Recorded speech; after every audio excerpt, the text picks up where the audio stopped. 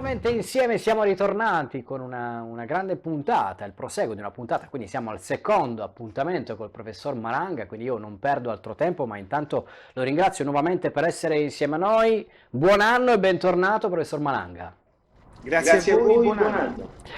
Insomma, è un 2021 che comincia un po' col botto, non ci facciamo mancare niente. Per i periodi strani, giorni strani e tutto lascia intendere che ne vedremo della belle, insomma, non ci si annoia quest'anno. No, No, anche anche perché perché se se uno uno è un è un attento attento osservatore osservatore del del mito, mito, scopre che scopre che nel nel mito mito c'è già c'è già scritto scritto tutto tutto e e quindi quindi dallo dallo studio del studio del mito si mito si riesce a riesce a capire capire esattamente che cosa sta succedendo ora. approfondiamo, mi piace questa cosa. Andiamo senza scaletta, approfondiamo subito il mito che ci aiuta a capire meglio il nostro presente. Sì, Sì, noi che cosa vediamo oggi? Noi vediamo che ci sono due grosse potenze che neanche riusciamo a capire bene da dove vengono, che si contrastano tra di loro. Abbiamo due papi completamente differenti, abbiamo due presidenti degli Stati Uniti completamente differenti, abbiamo due teste della massoneria, sostanzialmente una globalista e l'altra nazionalista, e non riusciamo a capire bene da dove vengono queste cose. In realtà noi sostanzialmente siamo governati da sempre dalle stesse forze che governavano gli antichi babilonesi, che poi erano le stesse forze che governavano gli antichi egizi e che ne so, quelli della Valle dell'Indo. Per capire questo, basta studiare il mito. Chiaramente il mito più vicino a tutti noi è il mito della Grecia. I greci sono quelli che ci hanno dato il mito più vicino a noi. E uno di questi è proprio il mito del toro. L'idea del toro che è intrisa in tutta la storia degli dei. Per esempio, sia Zeus che Poseidone, che sostanzialmente sono Shiva e Vishnu per gli antichi indiani della Valle dell'Indo, hanno a che fare con il toro. Zeus vede Europa, che è una bella ragazza, e si avvicina a lei fingendosi toro bianco. La ragazza sale in groppa a questo toro, si innamora del toro e ne vengono fuori tre figli. E di questi tre figli uno è Minosse. Minosse che poi diventerà il re di Creta, ma per diventare re di Creta, Minosse chiede l'aiuto a suo zio, che sarebbe Poseidone, che è il fratello di Zeus, e gli chiede l'aiuto e dice, ma io qui devo, in questa campagna elettorale che devo far vedere alla popolazione che sono il più bravo e il più bello di tutti. Poseidone lo aiuta e gli manda un toro bianco un'altra volta. Questo toro bianco che Minosse avrebbe dovuto sacrificare, però il toro bianco è così bello che Minosse se ne guarda bene di sacrificarlo a Poseidone. Lo vuole utilizzare per le sue giovenche. Poseidone ovviamente si arrabbia e allora fa innamorare la moglie di Minosse, Pasifae, di questo toro bianco. Ancora una volta c'è un rapporto tra il femminile e questo misterioso toro bianco. Ne vengono, e da lì nasce il Minotauro. Allora il Minotauro, poverino, che viene preso e messo in un labirinto perché era brutto e insomma faceva paura. Il Minotauro è una specie di uomo, mezzo toro, mezzo uomo. Ed ecco che arriva ancora una volta il personaggio femminile che è Arianna. Ora nessuno si chiede perché Arianna si chiami Arianna. Arianna si chiama Arianna perché deriva da Arihan, che è un nome mh, più propenso ad essere della valle della Mesopotamia, dove la razza Arihana era quella che governava. Arian cosa vuol dire? Ari vuol dire perfetto e An vuol dire del cielo. Un essere perfetto che viene dal cielo, ma che strano. E lì c'è un'altra figura, la figura di Teseo. Teseo, come tutti sanno nel mito, va aiutato da Arianna, entra nel labirinto per sconfiggere il Minotauro. Il Minotauro che nella mitologia è la figura di Dioniso, cioè sempre quella specie di dio, per noi oggi è Bacco, con le cornine, imparentato col toro. Allora, il problema è che la figura di Teseo noi la ritroviamo pari pari con il Minotauro nel mito dei babilonesi. Perché? Ehm, e perché ci rendiamo conto che il toro è così importante? Perché fra 5 minuti scopriremo che il toro non è un toro, ma è un'altra cosa. Tant'è vero che Zaccaria Sitchin, quando parla di God Anna, il toro del cielo, God toro, Anna del cielo, e dice c'era nel Libano, lo scrive nei suoi libri, una specie di piattaforma nel Libano proprio dove questo toro con queste 4 zampe sbatteva per terra perché ci atterrava sulla terra e la terra vibrava. E questo toro in realtà chi lo manda? Lo manda, guarda caso, Shiva, cioè il Poseidone di quella gente là. E questo toro ha anche egli una sposa dal nome eh, molto complesso, non mi lo voglio sbagliare, si chiama Eresh Kigan, pensate. Questa Eresh Kigan che cosa fa? Come Arianna, uguale, si innamora dell'eroe del momento, che invece di essere Teseo è Gilgamesh. E ancora una volta ci ritroviamo al posto di Teseo, Gilgamesh, al posto di Arianna, un'altra. Arianna sarà poi scacciata infatti da Teseo, così come Gilgamesh caccerà quest'altra donna, moglie di questo God Anna, toro celeste. È il mito che si ripete. Ma toro da dove viene? Non viene da Taurus o anche da Taurus, ma i linguisti dicono che il termine toro ha un altro significato, oltre quello di toro, l'animale con le corna. Vuol dire liscio e rotondo. E qui si cominciano a capire delle cose molto strane, perché liscio e rotondo, per esempio, era il toro, cioè il cuscino a forma toroide che gli antichi romani usavano per metterci la testa sopra quando dormivano. Allora, se noi mettiamo questa interpretazione nel mito, scopriamo che il toro è qualcosa che atterra, che è bianco, che è rotondo, dove c'entrano dentro le persone, lo cavalcano, e queste persone, che sono sempre femmine, vengono in qualche modo, tra virgolette, inseminate dagli dei, o che siano gli dei che vengono dalla parte di qua, Poseidone, o dalla parte di là, Vishnu, o cioè Vishnu o Shiva, Poseidone o Zeus. Pensate che questo mito non è solamente un mito propriamente babilonese, ma i babilonesi poi l'hanno in qualche modo tramandato agli Ittiti. Nell'antica città di Ur sostanzialmente c'è la dea Arinna, pensate al nome, che ha come figlio e come marito Tessup, Tessup come Teseo, che in realtà è la rappresentazione Arinna, ancora una volta, della dea degli inferi, pensate. E Tessup è la rappresentazione di, essendo il figlio di Arinna, è Gesù, Tessup, Gesù, non cambia nulla neanche nella fonemica dei nomi. Noi ci ritroviamo quindi a adorare delle divinità che sono mezzi uomini e mezzi dei, perché sono stati in qualche modo inseminati artificialmente, direbbe qualcuno, per volontà divina. Tutto ciò si vede nei templi, che ne so, Tamil indiani, dove c'è Shiva e Vishnu, e lì sono quelli gli dei importanti. E Vishnu c'ha proprio come animale che lo porta, lo galoppa, cioè lui si fa trasportare dal toro bianco. Shiva c'ha i templi con il toro bianco in pietra che è lì a fare bella figura, bella mostra di sé. Ma Shiva e Vishnu, chi sono e questo toro che cos'è?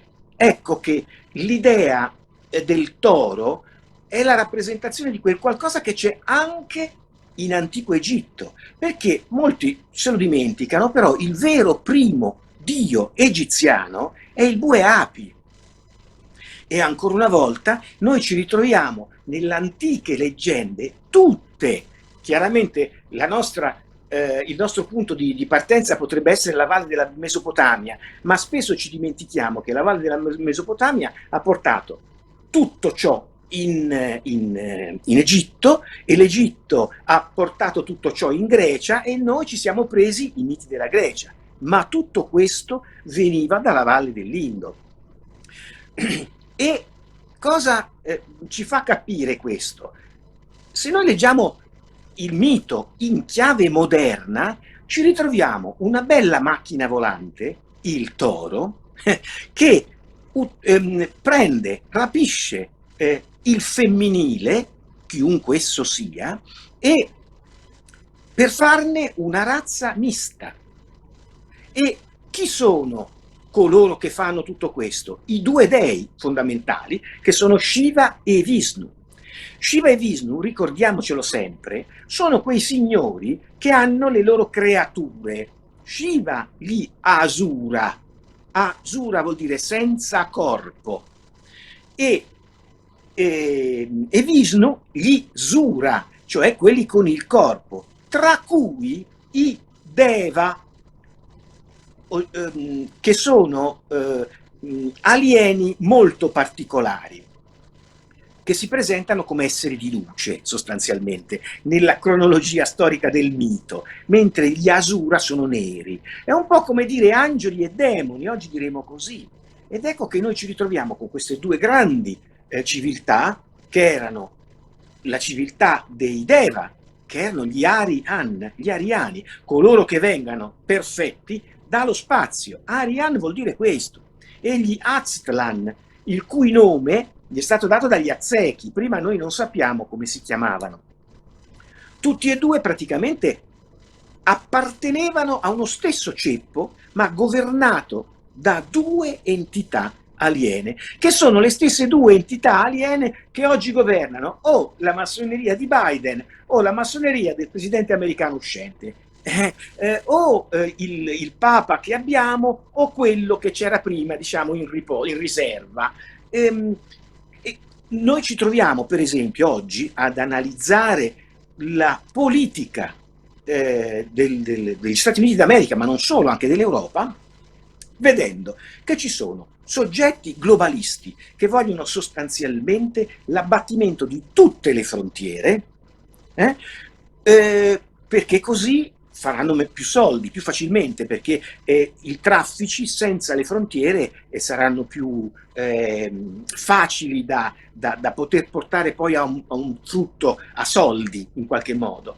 E invece gli altri, i nazionalisti, che sono pilotati da questa forza che era la vecchia forza dei Deva, che sono le vecchie case monarchiche, per esempio, che non hanno nessuna voglia di aprire i loro territori ad altri. Noi non ci stiamo rendendo conto oggi, ma questo non è il mio pensiero, si legge nel mito, lo possiamo leggere tutti con la giusta chiave di lettura. Nel mito, insomma, noi oggi siamo governati come una volta, come al tempo degli Ittiti, dei Babilonesi, degli Egiziani, dei Greci, da questi due gruppi di potere che hanno sostanzialmente manipolato la razza umana. Ecco, quindi gli esseri umani, da questo punto di vista nel mito, sono tutti OGM. Una partita a scacchi che dura da millenni. Ho subito una domanda, perché poi noi fra l'altro trasmettiamo da Torino, e quindi il culto del dio Toro, il culto di Api qua è molto, molto presente, ma potrebbe avere a che fare anche come indicazione astronomica, quindi Aldebaran, la costellazione del Toro, potrebbe anche essere un'indicazione geografica? Questa è stata un'ipotesi che nasce da alcune osservazioni. Qui dovrei raccontare una storia. quando io mi occupavo di oggetti volanti non identificati e utilizzavo le ipnosi regressive, mi inventai un sistema per cercare, erano i primi tempi, non sapevo come fare, di bloccare le adduzioni aliene con degli ordini post-ipnotici. Quindi presi un ragazzo che lavorava alla Piaggio, era un operaio della Piaggio, che aveva questi problemi, e in una seduta ipnotica misi un ordine post-ipnotico e gli dissi: quando tornano questi signori a prenderti, tu gli dirai che con loro non ci vai, a meno che loro non ti dicano perché ti prendono. Senza ora andare nella struttura dell'ordine post-ipnotico, che era molto precisa e non era una cosa inventata così di notte, quello che successe è che una settimana dopo questo ragazzo venne ripreso. Mi telefonò, mi disse: guardate, la notte è successo qualcosa, devo tornare per vedere cosa è successo perché non me lo ricordo. In ipnosi regressiva lui ricorda che entra questo essere biondo, alto, con le pupille verticali, i capelli ramati, vestito di azzurro, che gli dice mentalmente: alzati e vieni con me, come le altre volte. Parte l'ordine post-ipnotico e lui gli dice: no, io con te non ci vengo a meno che tu non mi racconti perché mi prendi. Questo ripete l'ordine per 3 volte, ma il nostro addotto non si muove. E allora questo alieno a malincuore si gira, rientra nel muro che era diventato trasparente e quando sta per uscire gli dice: la prossima volta ti dirò qualcosa, però per ora ricordati che la spiegazione è nel toro, guarda il toro. Noi non capimmo assolutamente che cosa questo signore volesse dire. Ora però possiamo interpretare quelle parole, secondo me in un modo concreto. Guarda il toro non voleva dire fisicamente guarda la struttura dell'universo toroidale, oppure guarda la costellazione del toro, ma guarda nel mito del toro, perché quello che voi chiamate toro non è toro, è una macchina volante che vi ha sempre perseguitato negli ultimi 40.000 anni della vostra storia. Lì troverete la risposta. Ed ecco che solo oggi mi è capitata la possibilità di ristrutturare il mito comprendendo questo. Chiaramente, senza questa chiave di lettura, una delle possibilità è proprio quella di pensare: ma questi esseri vengono dal toro, come a qualche altro addotto americano, mi pare di ricordare in questo istante, pare gli sia stato suggerito dai suoi rapitori. Però bisogna capire una cosa fondamentale: quando l'alieno ti parla nella testa, lui non parla con la bocca, emette dei messaggi mentali che vengono ristrutturati dalla psiche umana. Quindi, per esempio, quando nella storia dei rapimenti alieni il soggetto ha chiesto all'alieno come si chiamava, l'alieno ha risposto con nomi diversi, ma fonemicamente uguali: Axtir, Aishtar, Astarte, Astarotte. Qui rivediamo tutti i vecchi dei e demoni del mito. Aishtar. Ma che cosa vuol dire questo? Non vuol dire, non è il nostro nome, dice l'alieno, vuol dire quelli che sono venuti qui per primi. In questo contesto, quando l'alieno dice toro, non vuol dire il toro con le corna, ma vuol dire quella cosa che mitologicamente è legato a quello che tu credevi essere un toro, ma in realtà era un oggetto volante che noi oggi identifichiamo molto bene, bianco, rotondo, che serviva a fare quelli che sono i cosiddetti rapimenti alieni e che nella storia vengono sottolineati soprattutto nella parte femminile. È il femminile che viene preso, che viene rapito. Per quale misterioso motivo? E ci ritroviamo sempre con la solita storia. Gli dei Deva e Asura fanno la lotta tra di loro per ottenere l'Amrita, che è il nettare della immortalità, che si trova nell'universo femminile, un po' come è scritto, trascritto tra le righe nel film di Dan Brown. dove il Santo Graal, che è la rappresentazione del sangue reale, cioè del sangue di Dio, di Gesù, cioè colui che non muore perché risorge, vedete come tutto si basa sulla fissazione dell'evitare la morte. Bene, questo sangue si propaga tra la nonna, la mamma, la figlia, la nipote, solo nel film sul ramo femminile. Ora Dan Brown ha voluto fare un film, ha detto io ho fatto solo un film, ma chiaramente dentro ci ha messo, da bravo scrittore, quelli che sono gli elementi veri e reali del mito, cioè, e che trovavamo non solo nel mito, ma nelle ipnosi regressive. Quando noi abbiamo fatto le ipnosi, noi vedevamo vestire il racconto della persona messa sotto ipnosi che riraccontava praticamente in termini moderni la storia del mito. Me l'ha fatto notare adesso dalla regia che nulla accade per caso, ma io oggi ho proprio Shiva sulla maglietta, quindi vedi quando alle volte risuona tutto.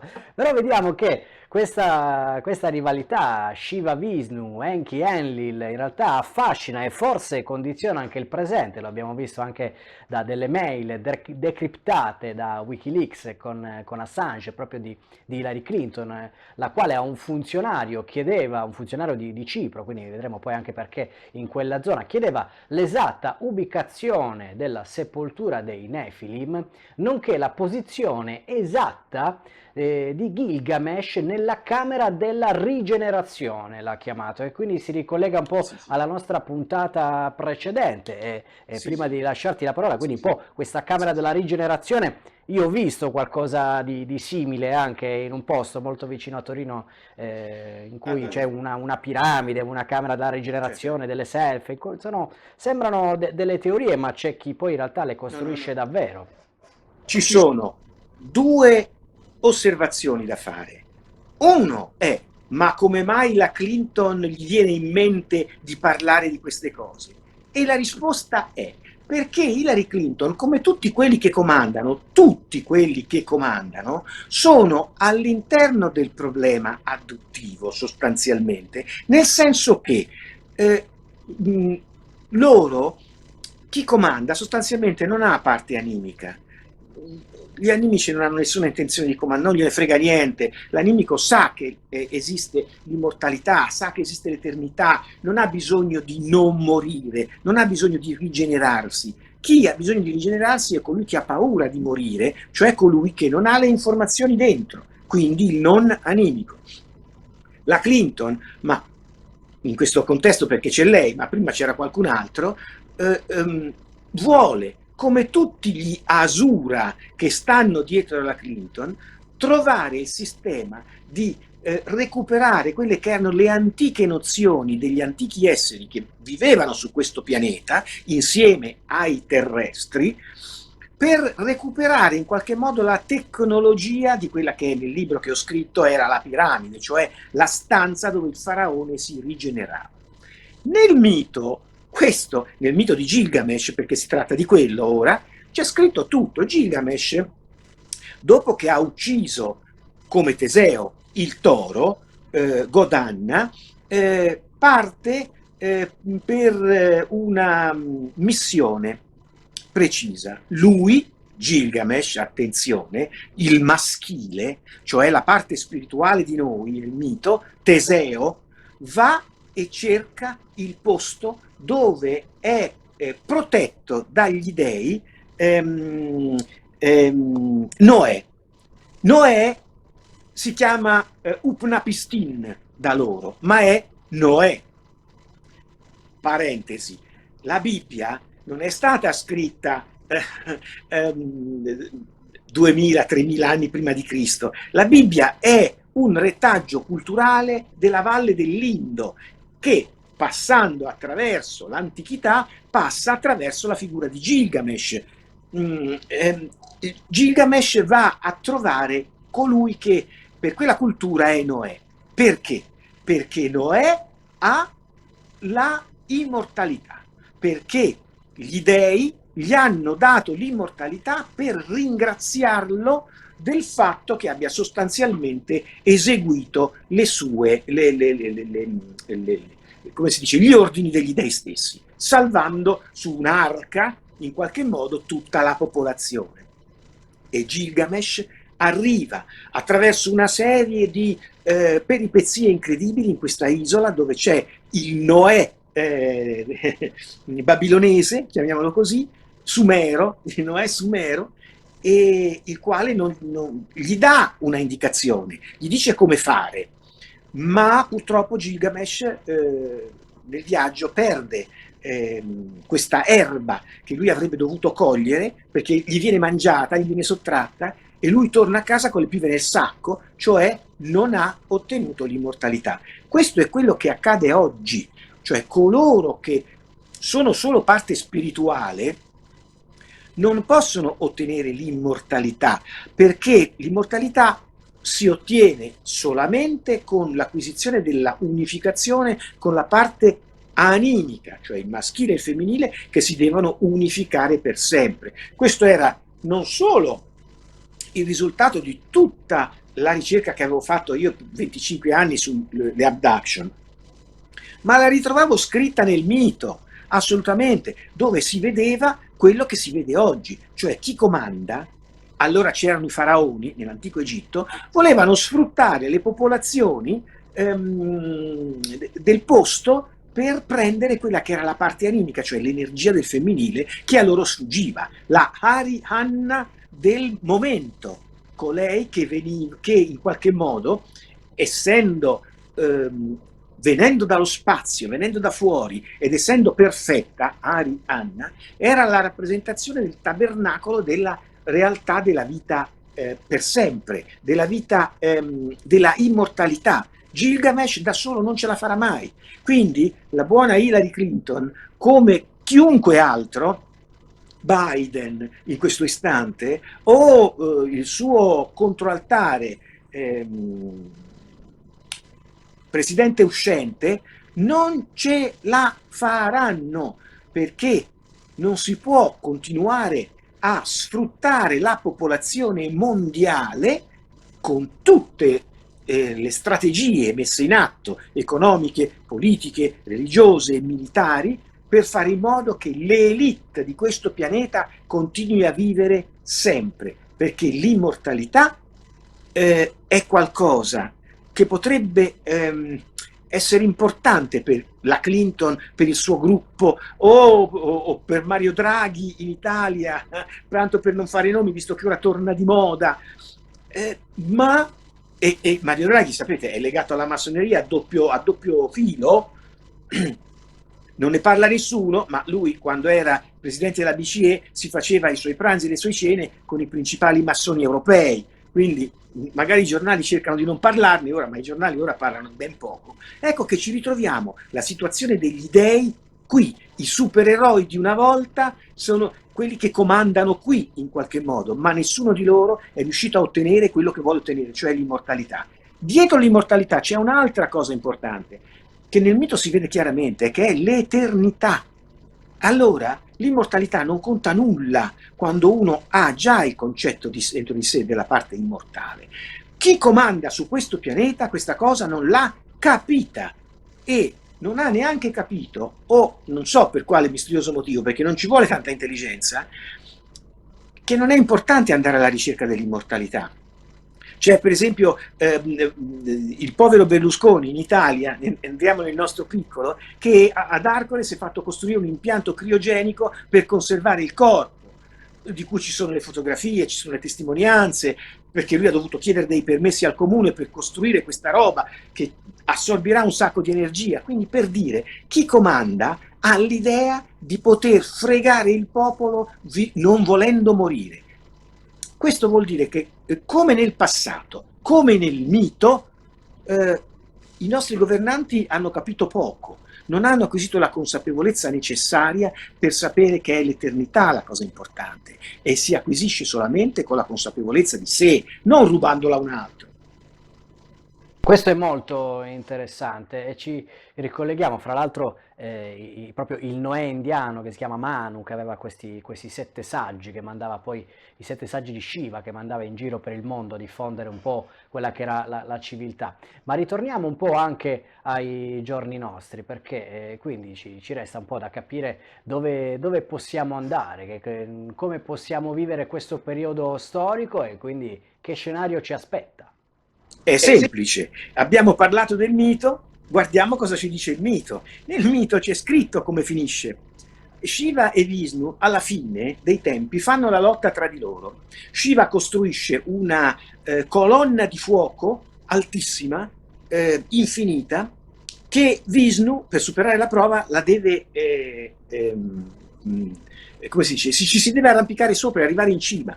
E Vishnu non ci arriverà mai in cima perché Shiva ha costruito una cosa infinita e comincia la lotta tra questi due personaggi e questi due personaggi si distruggono a vicenda. Morale della favola: chi rimane vivo senza aver fatto niente è l'essere umano. Traduciamo in termini odierni quello che sta succedendo. Ve lo dico a parole mie, ovviamente.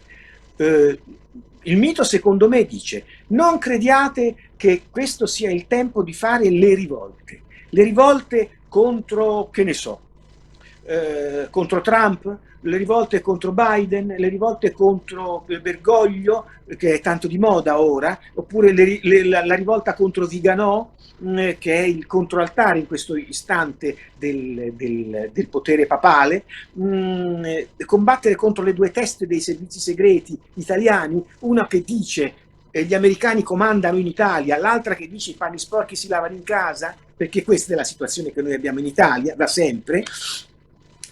Non andare contro per esempio il nostro governo, perché ci sono quelli che sono pro il nostro governo, ma ci sono quelli che sono anche contro, che mi sembra di capire, nonostante tutto, che siano la maggioranza in questo periodo. Non serve più, tutto questo non serve più, loro si distruggeranno da soli. Questo che cosa però prevede? No che gli esseri umani stiano a casa e non facciano nulla, ma che facciano l'unica cosa che noi non abbiamo ancora fatto, cioè l'acquisizione della coscienza, la rivoluzione della coscienza. Abbiamo fatto la rivoluzione militare, la rivoluzione sociale, quella economica, quella religiosa, quella militare, quella industriale. L'unica rivoluzione che ancora non abbiamo fatto è la rivoluzione della coscienza, cioè comprendere esattamente come riconoscersi nel mito sia la possibilità di acquisire la consapevolezza di te chi sei. Una volta che hai capito questo, non c'è più trippa per gatti.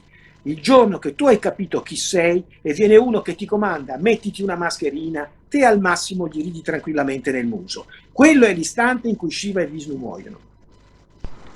Molto interessante, anche quest'oggi un sacco di spunti stanno venendo fuori, anche perché poi insomma c'è anche parecchi richiami, tutta una sorta di filmografia e quindi ne andiamo anche a parlare, andando a vedere quelli che sono poi, abbiamo cominciato anche parlando dei Sumeri, ma il mito dei Sumeri, qualcosa che esce, lo troviamo in una marea di film, uno che ci ha colpito proprio anche legato all'interesse di Hillary Clinton per questa mitologia poi sumera, anche Ghostbuster, in cui nel primo Ghostbuster è proprio un'entità, un dio sumero che ritorna, che sta proprio in cima all'Empire State Building e quindi rivisto poi con la chiave di oggi, insomma Hollywood continua a mandare tutta una serie di messaggi, poi noi ovviamente facciamo finta, quindi facendo finta però Hollywood racconta qualcosa da sempre.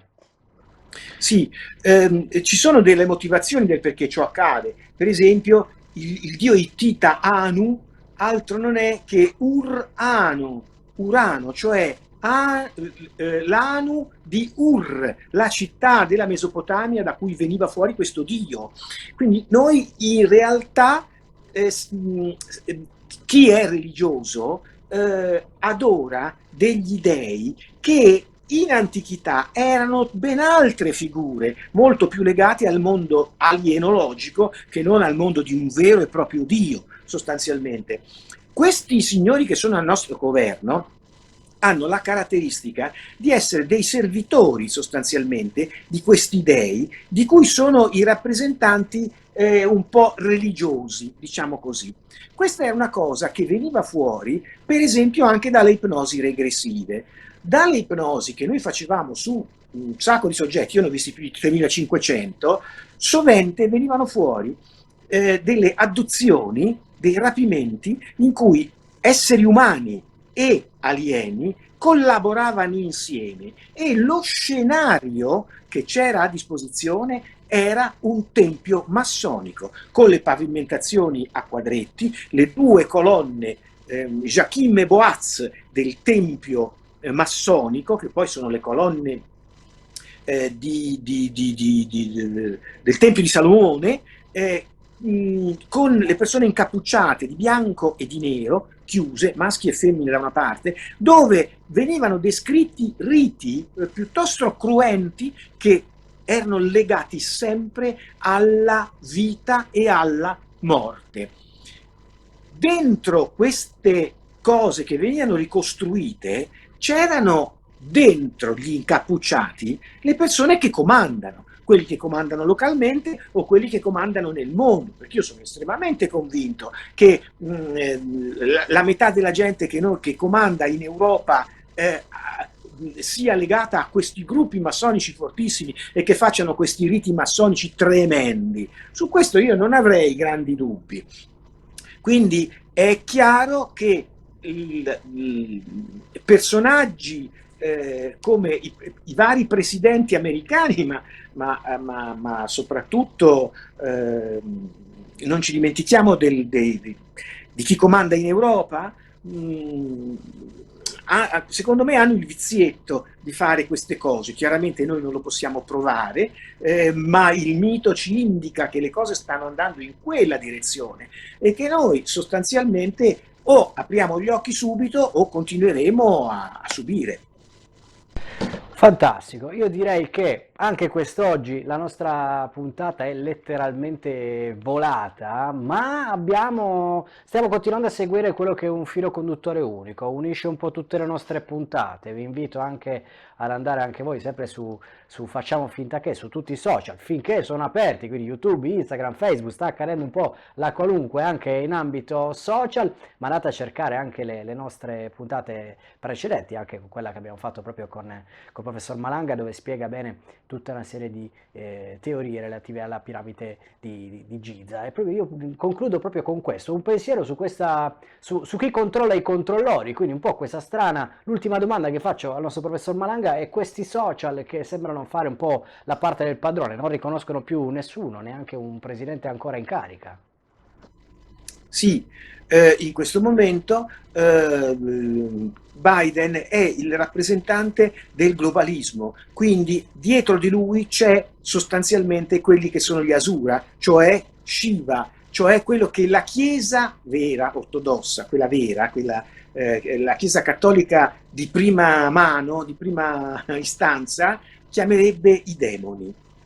Quindi ci sono poi tutti questi gruppi che si divertono a profetizzare cose di questo tipo, sparando però minchiate un po' a destra e un po' a sinistra, senza aver studiato approfonditamente il mito, però dove c'è fumo c'è sempre un po' d'arrosto e anche loro in qualche modo hanno capito.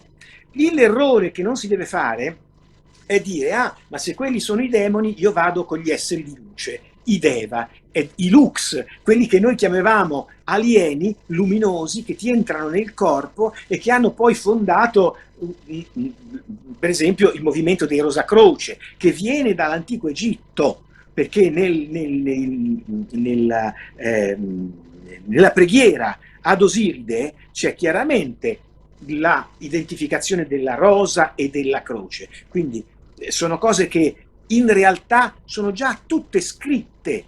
Bisogna riscrivere in realtà noi la storia a questo punto, avere il coraggio di farlo, perché quello che c'è scritto sui libri non è assolutamente vero. Grazie di cuore, professor Malanga, per essere stato con noi anche quest'oggi e averci dedicato il tempo. E grazie ovviamente a voi che ci avete seguito anche questa settimana. Grazie mille, professore. Grazie a voi.